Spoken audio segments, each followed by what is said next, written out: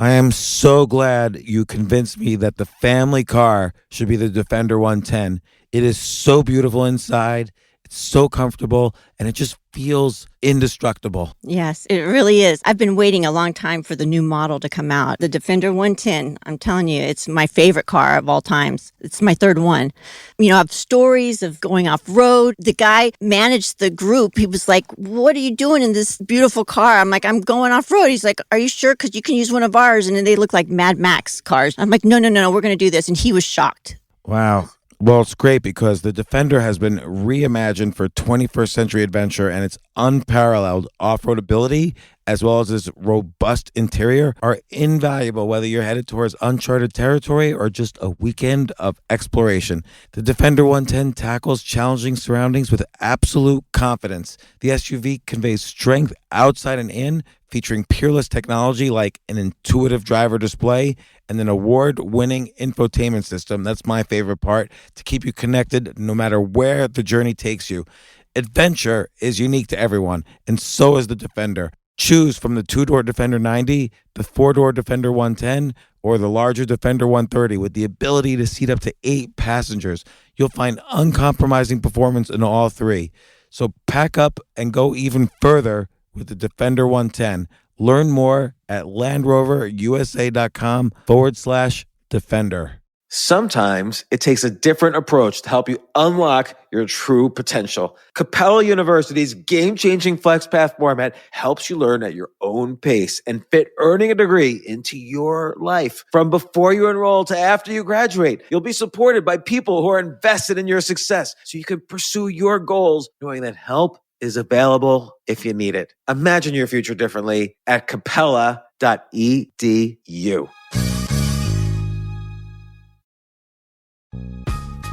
This isn't your average business podcast, and he's not your average host. This is the James Altucher Show on the Stansberry Radio Network.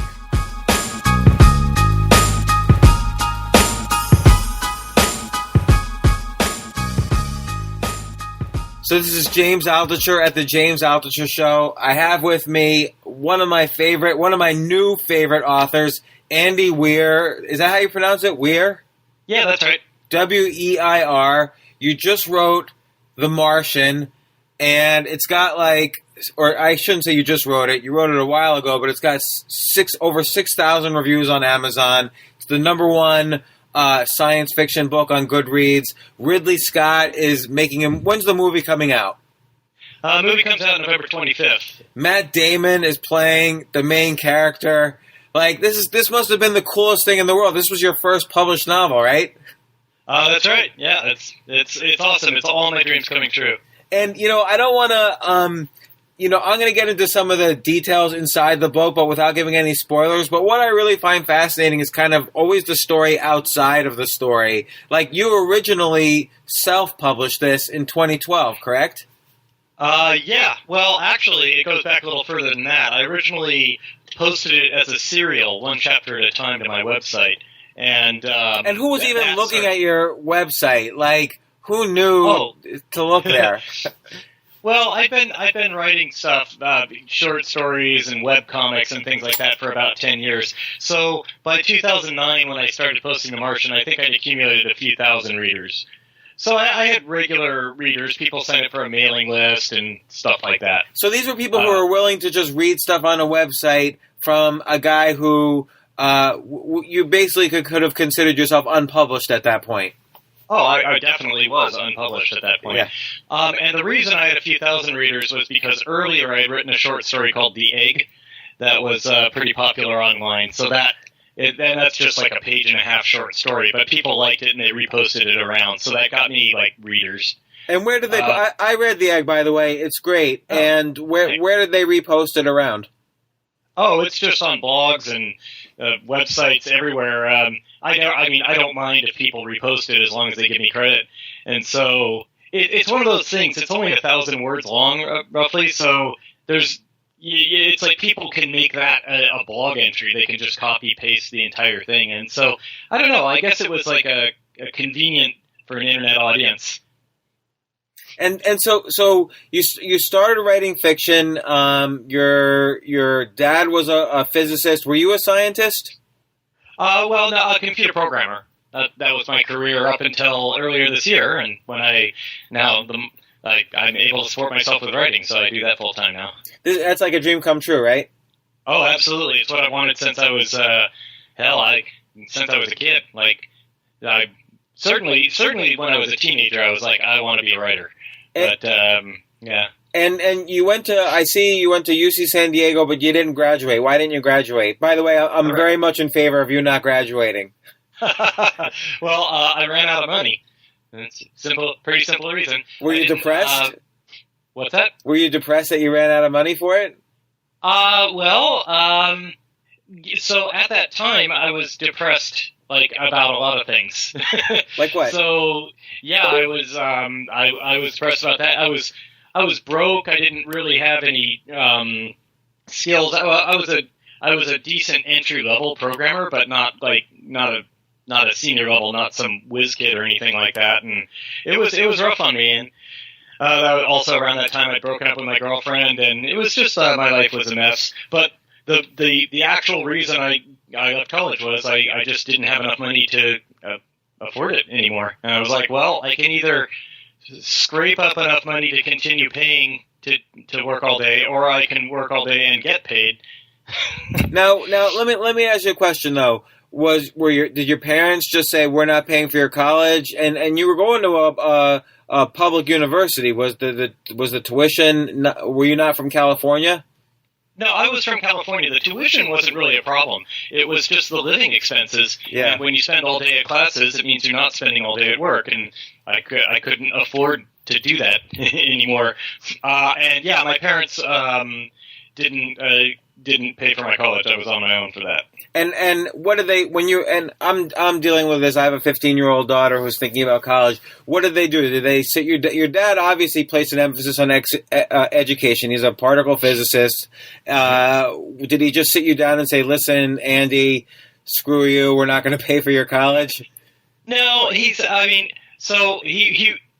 was really important to him that I be independent. Like my whole life it had been like, financial, like, financial responsibility was kind of drilled into me. It's like I had an allowance, and anytime I didn't do chores, they would dock my allowance, and they would not. I don't know how to put it. They put a lot of work into making me kind of know how to manage money, and that's good actually, because I feel like I really do. I don't have problems like keeping my money in order and balancing my life, my accounts, so to speak. Did you ever resent them though? Any of this, or like the college stuff? Well, no, not resent, because I was raised with the idea that you should take care of yourself. So once I got out of the house, I felt like I should take care of myself. And my dad floated me loans and stuff like that during those lean years, but not enough to live off of. Just like when I was absolutely like desperately out of money, and I was like, well, I'm not going to be able to pay rent unless you give me a loan. And he would grudgingly give me a loan, and then we'd work out a payback schedule and stuff like that. That's great. Like, what would happen if you didn't pay it back? I never resented it. I think it was good, because I have a lot of friends who their parents paid for everything, and they never learned fiscal responsibility until like after college, and they were out on their own, or a lot of them ended up moving back in with their parents, and other ones just like struck out on their own, and just kind of like were not able to manage finances, like racked up huge debts and stuff like that. Whereas I learned the hard way earlier on how important it is to keep your financial life in order. I actually, and I'm sure there's a connect the dots happening here, because I see the connection between this and the actual topic of your book, The Martian. But let me ask you, like, and I know this doesn't seem like it has a lot to do with the book, but let's say you chose not to pay back the loan from your dad. Would he get upset, or it just wasn't even under consideration? Yeah, that not paying it back never even occurred to me. Okay. That's but good. if I hadn't, I imagine he would have. He would have bringing it up. I mean, Right. And the loan, it was for me at the time a huge amount of money, but for me now is like trivially, even just like before the book money, even just like being an engineer, just being a software engineer, it's like my salary was pretty good, and so I surely would have eventually been able to pay it off. So let's talk about that. So you worked at AOL and you worked at Blizzard, which is the game company where you worked on Warcraft. That's right. Warcraft 2 actually is the one I worked on. And that's how long ago it was. Did you love like computer programming? Was this like the love of your life at first? Well, no. So I do enjoy computer programming. It's not like I was like toiling to work and miserable. I actually do like computer programming. What I really wanted to do was be a writer, but I enjoyed computer programming. I didn't really like working for Blizzard though. That was a lot of work. That was back in the 90s before the computer industry had settled down a bit. Nowadays, software engineers are kind of more expected to work just an ordinary work week, but back then it was like no, if you'll work like 80 hours a week or 90 or 100 hours a week until we get this product out the door. And if you're awake, you should be at work. And I burned out for sure. So let me ask you this about Warcraft 2, because I don't know that much about game programming, but I kind of can guess.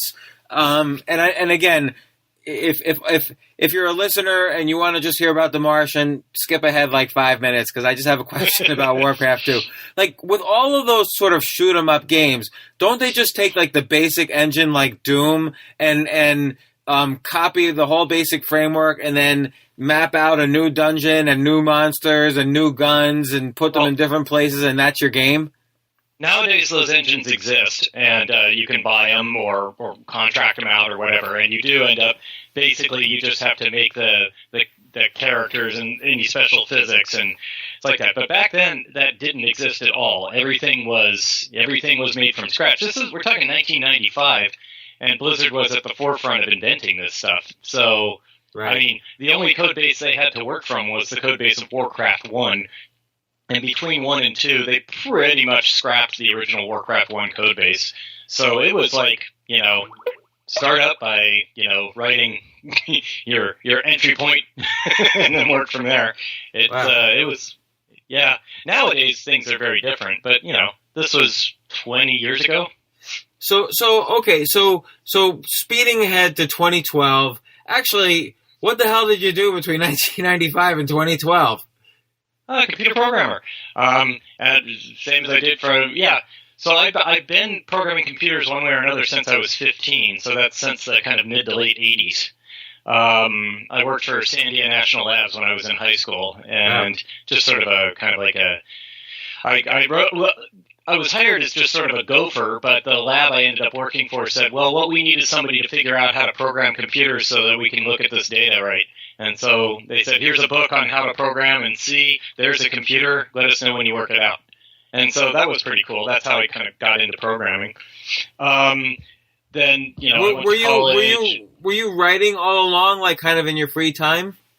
Not as much, because, I was once I got into college. I started writing a lot of stuff then, but not in high school as much, no.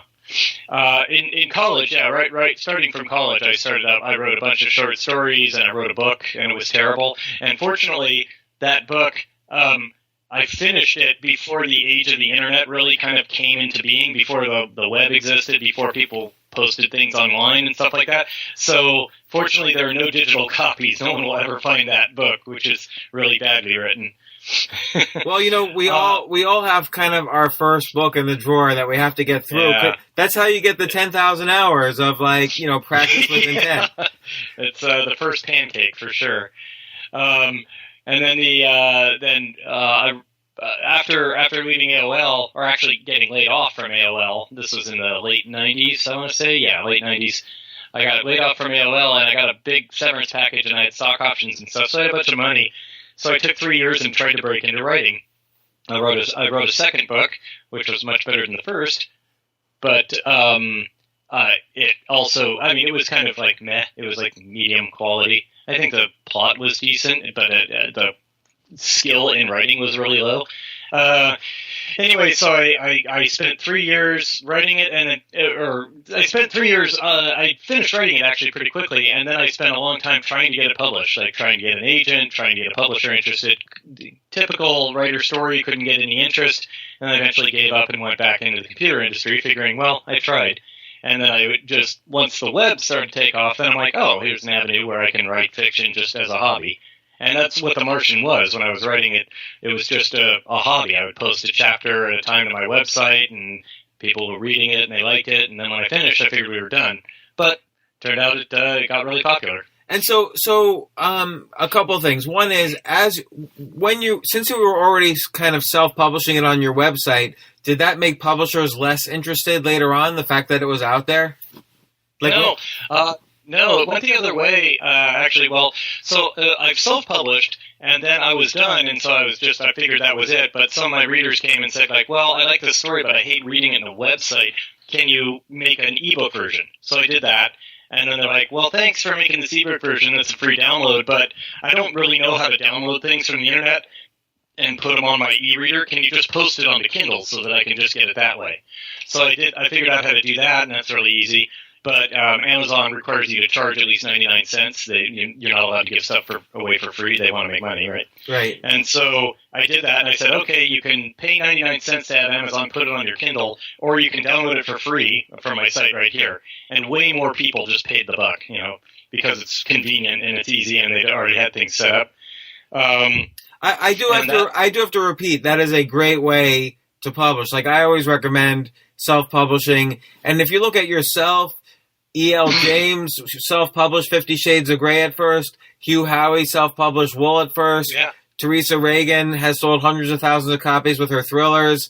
Like, a lot of it's almost like self-publishing. A lot of the publishers now are kind of looking towards that area to pick out the ones they want to then later sell.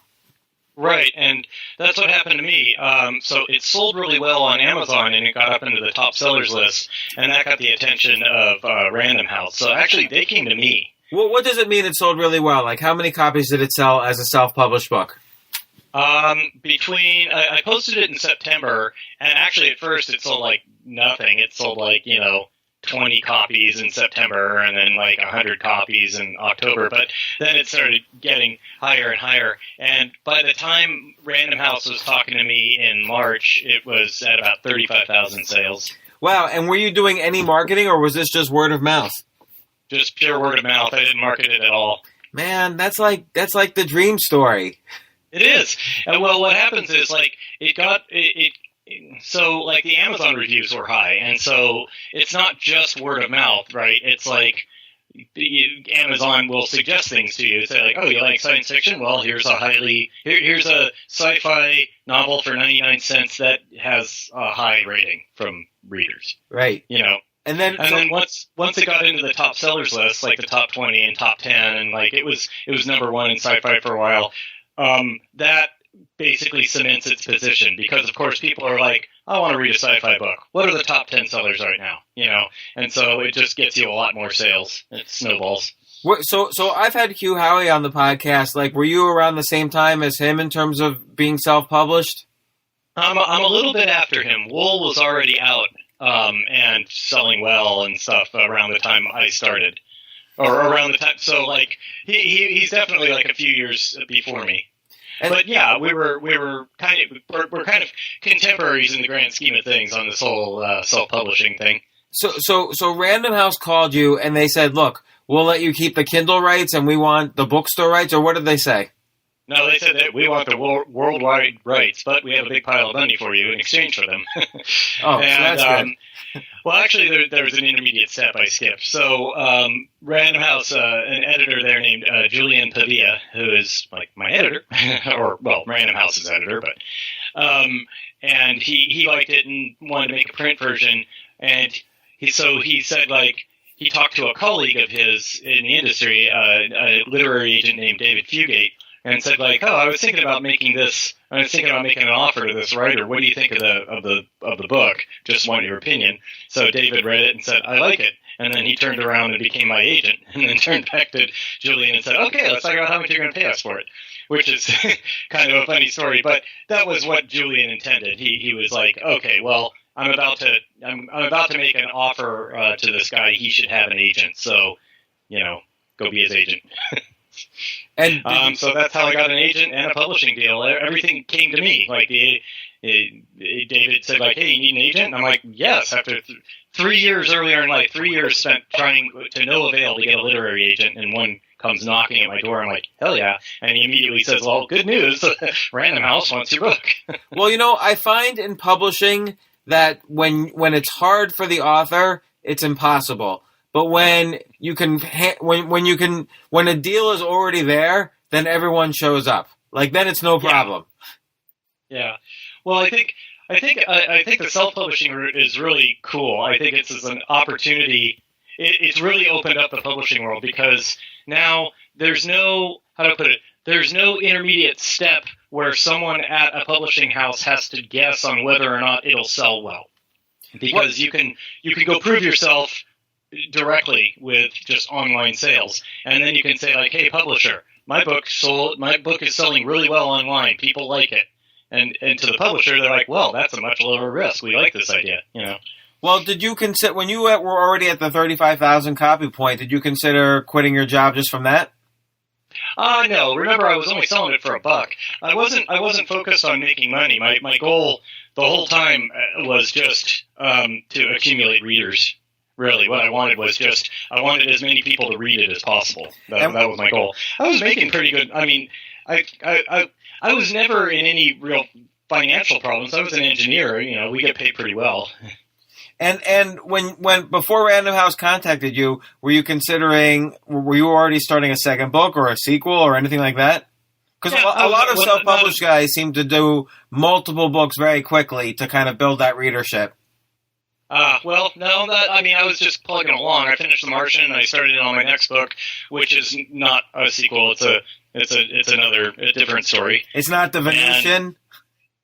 Sorry? It's not like the Venusian from Venus? No, not the Venusian, no. No, it's a completely different story. The next one I'm working on is tentatively titled Zhek, Z-H-E-K, and it's a more traditional sci-fi. It's got, aliens and telepaths and faster-than-light travel and stuff.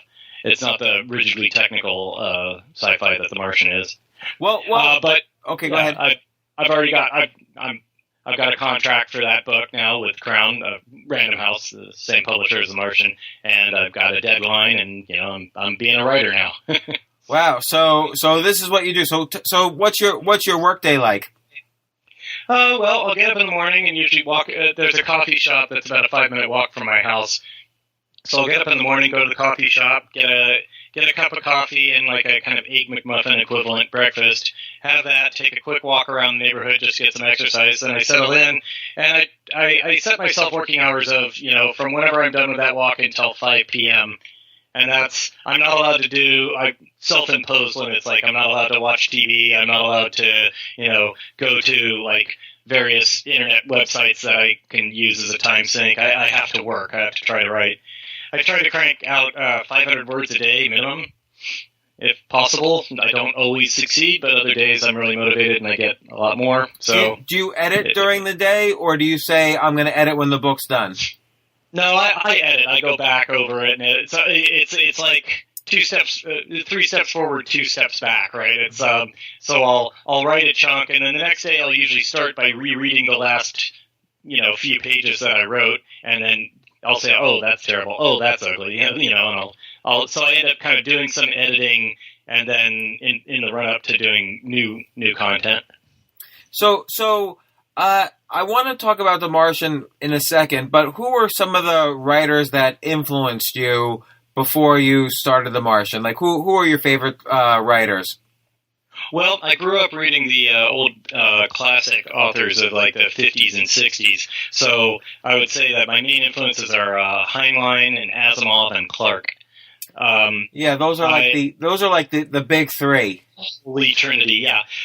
So when I was growing up, back to my dad again, he had this big bookshelf full of paperbacks of like sci-fi stories that he'd read when he was a kid and a teenager and a young adult. And so I had just this library available to me of all these paperbacks of pretty much everything ever written by Heinlein or Clark or a lot of Asimov. No one has everything written by Asimov. The guy was the most prolific guy. I think he's written like 600 books.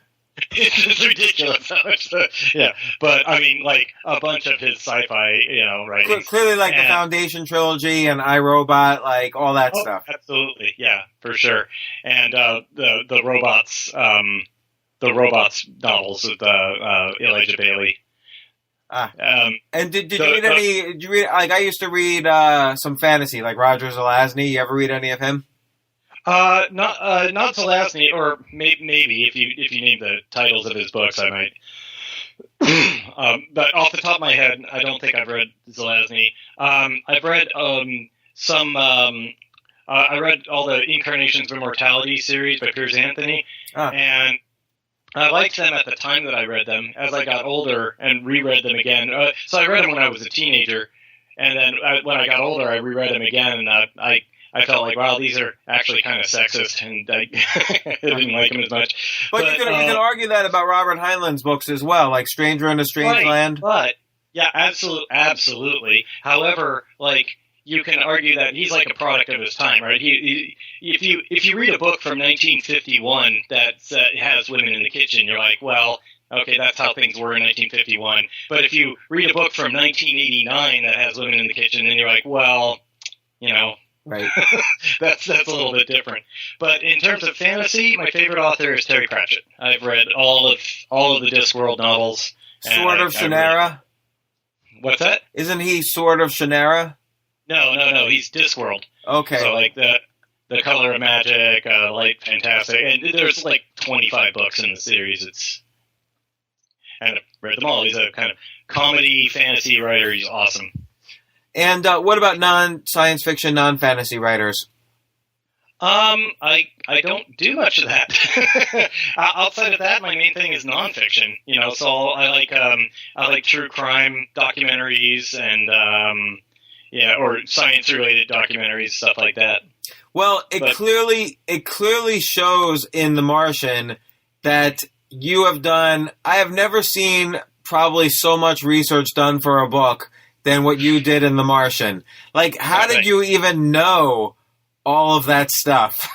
Lots and lots of research. Like, I'll just give an example. So just, this is no spoiler. It starts off on the very first page, which by the way, the book starts excellently. A guy in the very first chapter is essentially a bunch of astronauts in the year 2035, and you don't know that in the book that it's 2035. I only read that later. But in the near future, a guy goes on a manned space mission from the Earth to Mars, just as if like right now we were going on a manned space mission from Earth to the moon, but this is to Mars, and a dust storm happens. Everybody thinks the guy, Mark Watney is dead, so they take off on the ship back to Earth, but it turns out he's alive, and he has to survive for 4 years.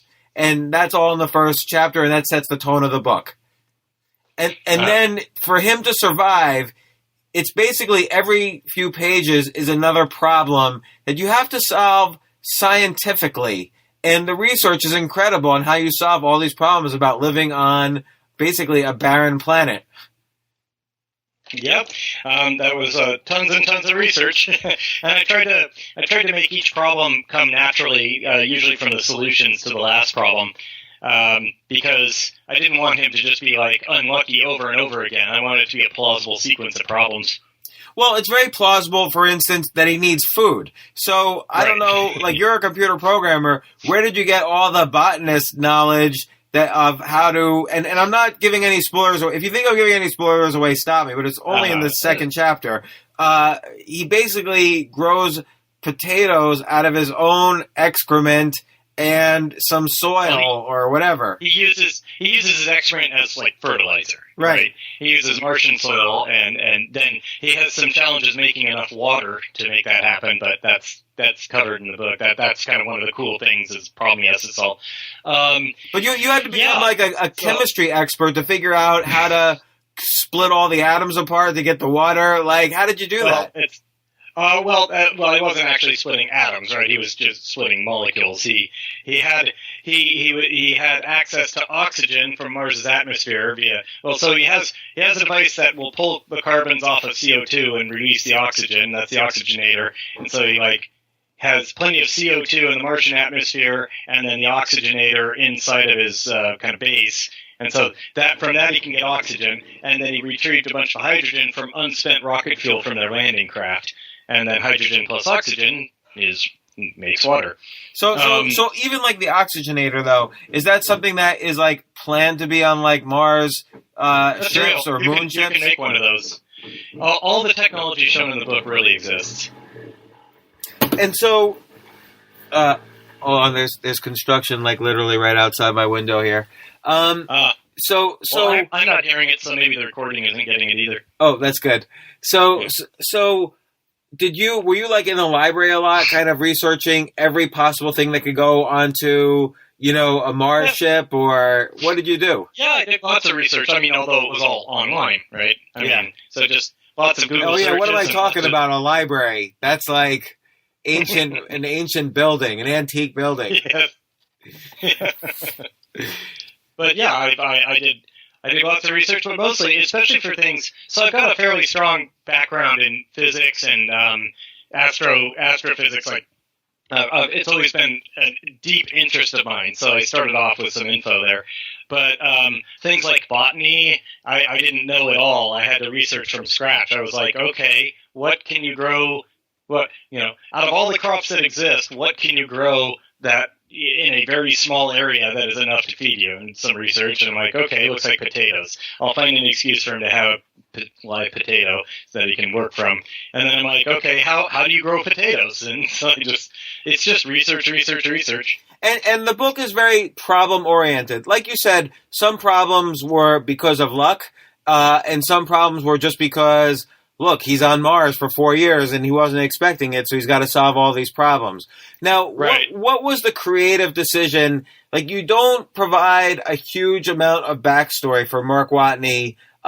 You focused more on the problem solving, and it was a page turner. So I don't, I don't think this was a bad decision. But what was the creative process involved? Well, I just decided that the focus is all on the problem solving and the survival story. I didn't want to. I will freely admit, like, the characters in this book, they don't have much depth. And, like, Mark Watney doesn't really undergo any change, right? Usually they say, like, oh, the main character has to change, in order for a story to be valid. And I'm like, well, he's the same at the end as he is at the beginning. But, he was, what the thing is, though, about him not changing? Him not changing became important in and of itself. It's like, this is the right stuff kind of astronaut. Like, he's going to take what he's got in front of him and solve problems. Like, I'm not going to give a spoiler away, but he's even solving problems or helping the ship's other things solve problems creatively at the last. You get to see him solving problems through other people's eyes, and that was always impressive. Like, when NASA would see him solving problems and how they would react, like, they would say, how did he think of that? Like, so you get this sense of Mark from that almost. Yeah, you get a sense of what his personality is, and the thing is, like, this could have been a really dark and depressing story, right? It could have been like just think about a situation. It would be crippling loneliness, isolation, and constant stress, from his life or death situation. It would break most people, and it could have been a really dark story about a guy's descent into insanity, but I wanted to focus on the problem solving, so I just said, all right, this guy, he's not a normal person. He's an astronaut. He was selected for a manned Mars mission. He's like better than normal people, and so he's just like made of really strong emotional stuff and can handle it. Did that really upset you when you saw the movie Gravity and, like, Sandra Bullock didn't even seem to care about being an astronaut? Well, it didn't upset me. I did think it was weird that they decided she's a medical doctor who just randomly, like, became an astronaut. It's like, she's a medical doctor who invented a new kind of medical scan that ended up being useful on the Hubble space time. That didn't really... I don't understand why they didn't just say, oh, she's an engineer who invented this thing.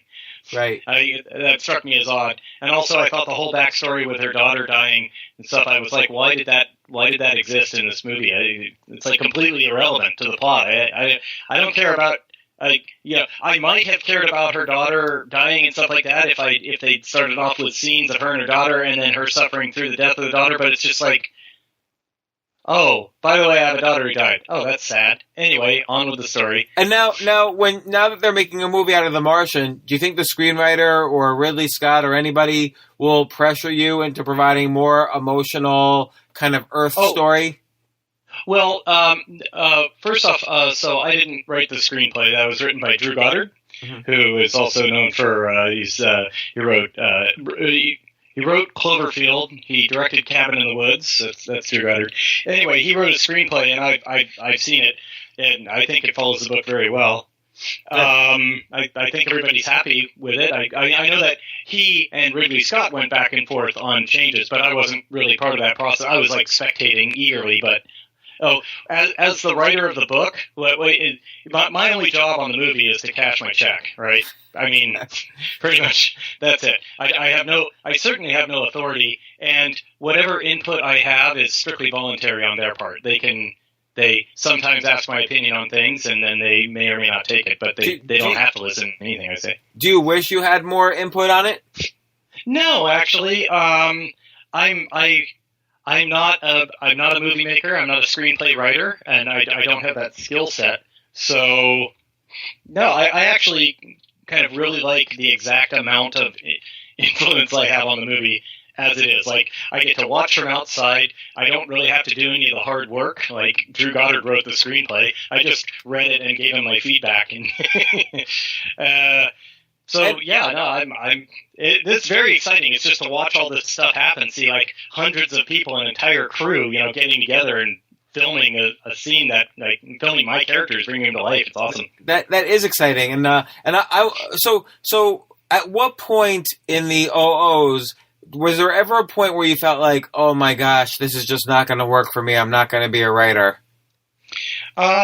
Way back in the day when I was, way back during that 3-year sabbatical when I was trying to get my second book published, I just kind of like lost hope. I actually did give up, and so I felt like, well, I want to be a writer, but I'm not good enough. So I'll just join the millions of other people who wish they were writers, but weren't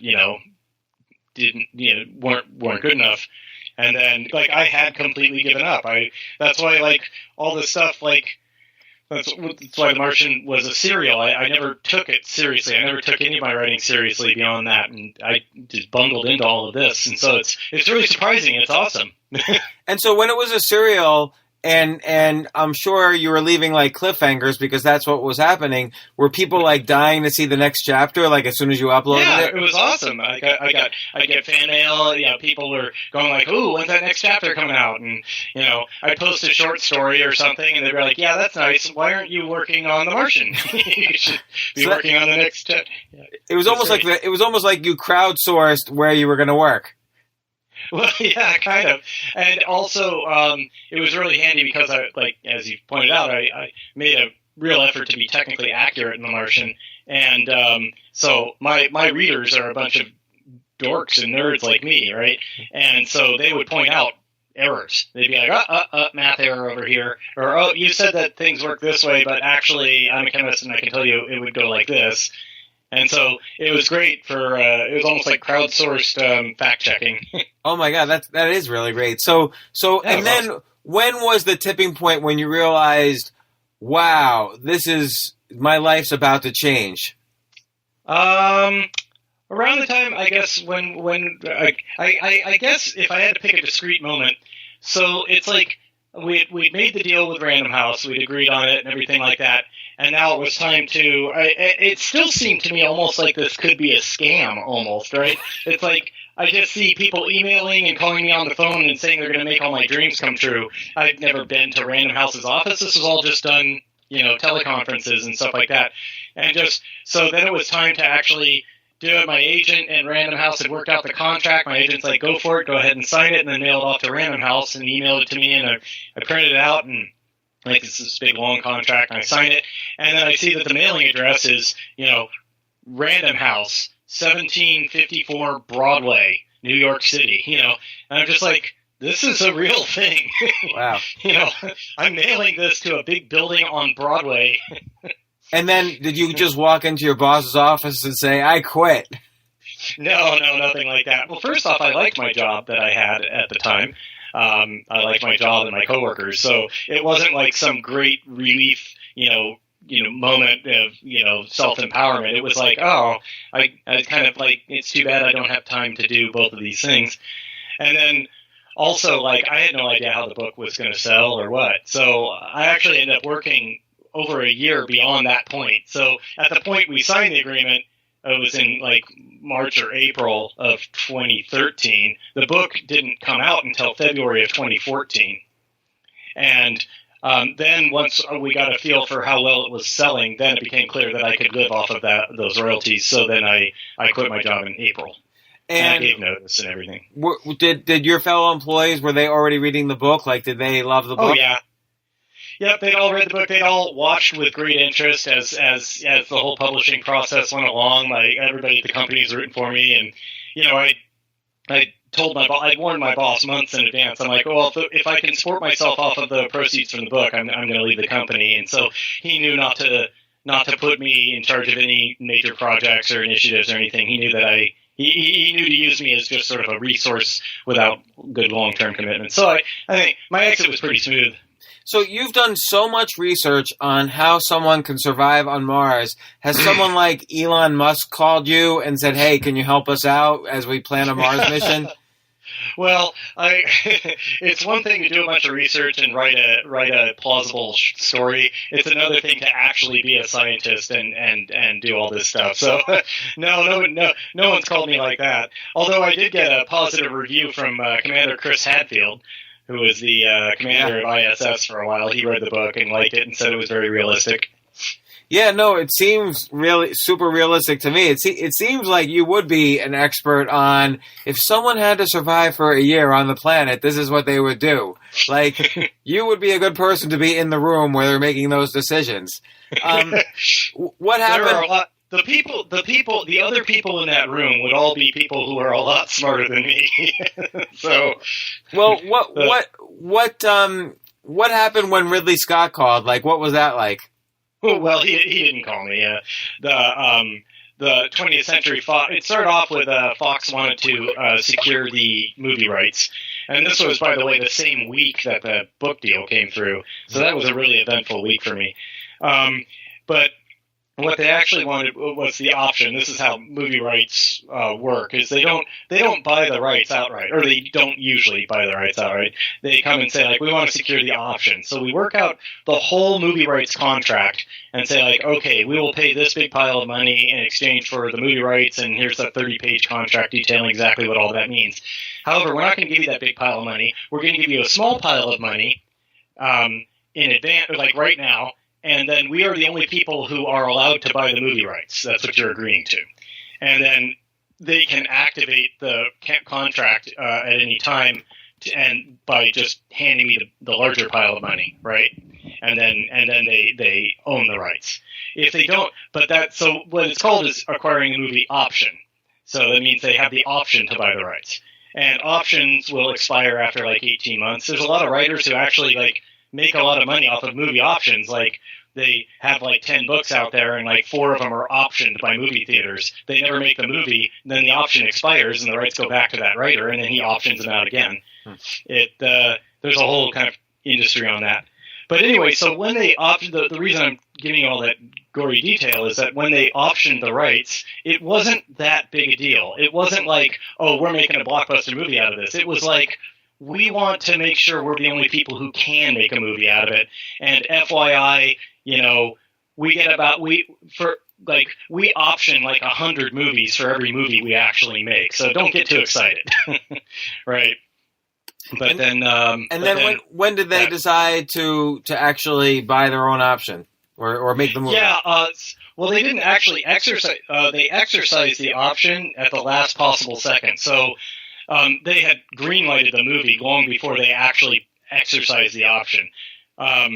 They actually activated it on the day they started filming, which was like in November, which is when they started filming it. And the reason they do it then is because they're like, okay, this is the point at which we're actually generating intellectual content. So this is the point at which we are in danger of infringing on the movie rights, which still at that moment belong to me until they activate the option. Right. So that's why they do it then. And what's weird is, like, in the movie making business, what I've learned from, as an outsider's perspective, is there is no moment where you pop the champagne cork and say, like, all right, this movie is green lighted, it's happening. Okay, it's wait, I have to disagree a little, because you must have, when Ridley Scott and Matt Damon were involved, you must have thought to yourself, this is happening.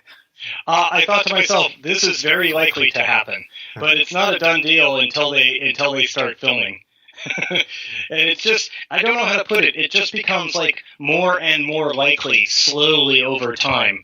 It's like, it starts off with like, it's like, okay, we've optioned the movie rights, whatever. And then Drew Goddard shows up and he's like, I'm going to write a screenplay for it. And he also had it in mind to direct, but then he had to leave because he's going to direct the next Spider-Man movie. So he's working on that, but he got a screenplay. And then Matt Damon signs on, and suddenly it's a lot more serious. It's like, whoa, Matt Damon is interested. Well, that makes it a lot more likely that they're willing to make the film. And then Ridley Scott signs on, and so you got Ridley Scott and Matt Damon both involved, and it's like, wow, now it's all just a matter of numbers for the studio. Well, do they think that they would turn a profit because it'd be kind of an expensive movie to make? What will they decide? I don't know. They start having meetings, they start doing concept sketches of what the scene could look like. They, and it just slowly worked its way toward production. It's weird. There was the point that I felt confident that they were actually going to make the movie was the day they started filming. Because I'm like, now it gets to the point where it's cheaper for them to make the movie and release it to offset costs than it is to cancel it now. And so does Matt Damon call you up and say, would Mark Watney have done this or this in this situation? That'd be funny. That'd be great for a TV show. But no, it's no. I've never talked to any of the. Drew Goddard I talked to a lot, but I've never talked to Ridley Scott or Matt Damon or any of the other actors on the film. I've never met them or anything. Wow, you would think that they would want to talk to you. I'm not criticizing them, maybe this is just how it's done, but I would think just for motivation, they would want to talk to the guy who created the motivations. I don't know. I would say that, I guess the main thing is like how Ridley wants to portray the story, right? So they're the one, he's the one they should really be talking to, right? The original intent is less important than the director's vision, right? And then how does it work? Like if the movie does $500 million at the box office, do you do better than if it does $50 million at the box office? Technically, yes, but not the way Hollywood does accounting. So I got a set amount of money, which they just cut me a check for the day they activated the option, and then I have what's called points on the back end, which means I get a small percentage of profits. So once the movie has started turning a profit, then I get points on the back end. But the way Hollywood movies do their accounting, studios do their accounting, movies never turn a profit. Even movies that were obviously profitable. Like, for instance, I think Avatar has still technically never turned a profit. Neither has The Phantom Menace, stuff like that. Funny. So this is a way that they arrange things for tax purposes and for and so that they don't have to pay out those points on the back end. I seem to remember there was I'm not upset by that because I knew that going in. So I expected those to be zero. I seem to remember, decades ago, there was a famous case with Art Buchwald suing a studio. I don't know what happened because of this accounting issue. Yeah, I don't know. I don't know. I do know that a lot of people get mad about that, but I don't think there's this is the way they do things, and you know that when you're signing your contract. So either you know that when you're signing your contract, or your agent didn't do his job by telling you that, right? So now, I'm not going to be upset when those turn out to be zero. Let me put it that way. Now, The Martian did so well. Does that make you stressed that the next one, Zek? Yeah. Zek. Does that make you stressed when you're writing Zek? Oh God, yes. It is the principal. It's the principal source of anxiety in my life right now. Is that my next book won't be as good. In fact, I mean, it's almost a given that my next book won't be as popular as The Martian. The Martian was insanely popular. So isn't that funny? Like, you're obviously the dreams came true. Like, it's like the fantasy. Like, first published novel, gets a movie, Ridley Scott, the whole thing, and still writing a book. This is the main stress in your life. Yeah, I'm afraid of being just a one-hit wonder. Absolutely. I'm afraid of it being like, oh, Andy Weir. Yeah, he wrote that one good book. And right, but did you know he wrote 9 other books? I didn't even know that. I'm sure that won't happen, though. But we'll see. What is your advice for writers? Like, let's say, I know this is like a kind of standard question, but if you were to give like some a standard answer too. Good. So a few bits of advice, 3 pieces of advice. I answer this question a lot, so I've got it answered pretty well. Number 1 is actually write. It's easy to daydream and fantasize about what your story's going to be and how awesome it's going to be. It's hard to actually write it. So, like, summoning up the motivation to actually put the words on the page and make your story is one of the biggest challenges to writing. So you have to do that. So, I mean, it seems strange to say this, but, like, step 1, write. Don't just imagine, oh, I've got this 5-book series in my head. It's like, no, that's not writing. That's daydreaming. You have to write. Number 2 is resist, and this is a weird one, resist the urge to tell your story to your friends or family or other interested parties. That's really important, I think.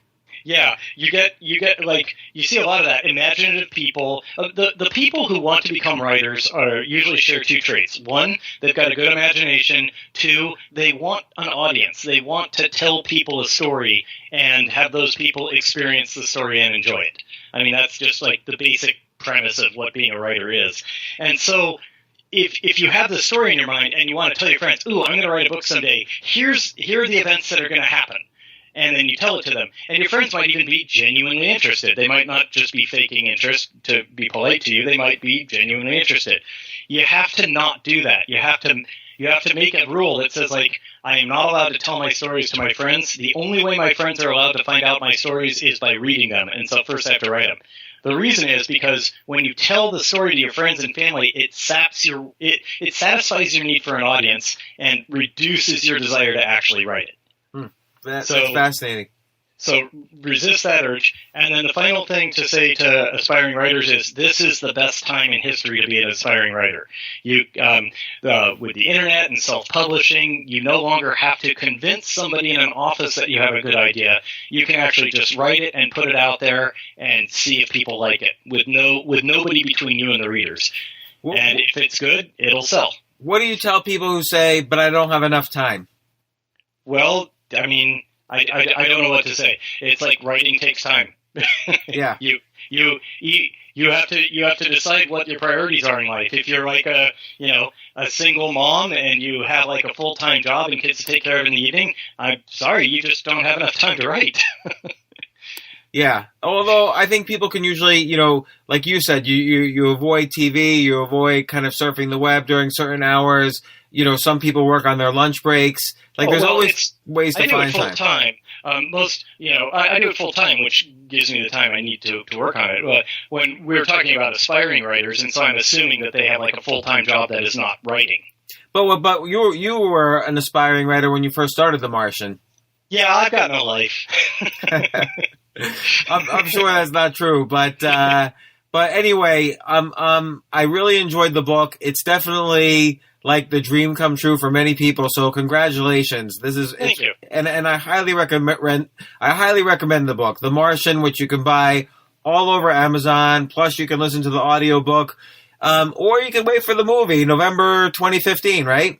Yeah, November 25th, 2015, in fact. Wow. So they've got it really, this is like the Thanksgiving movie of next year. It is. That is the release date is the day before Thanksgiving. It's Wednesday of that Thanksgiving week. Oh my God, I'm definitely going to see it with my kids. I'm just grateful. It's 3 weeks before Star Wars. And I'm like, well, I'm glad we're not opening against Star Wars. Wow. Probably there'll be great Star Wars previews too, right, in the movie. I'm definitely going. Yeah, probably. If just 3 weeks before, I bet, yeah. Okay, so final question then. Star Wars or Star Trek? Doctor Who. Doctor Who, okay. You like the time traveling thing? Oh, I've just been a fan of Doctor Who my whole life.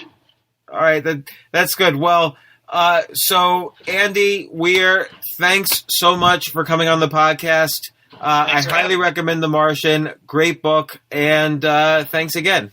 All right, well, thanks for having me. Thanks, Andy. Bye. All right, bye-bye. For more from James, check out the James Altucher Show on the Stansberry Radio Network at stansberryradio.com and get yourself on the free insiders list today.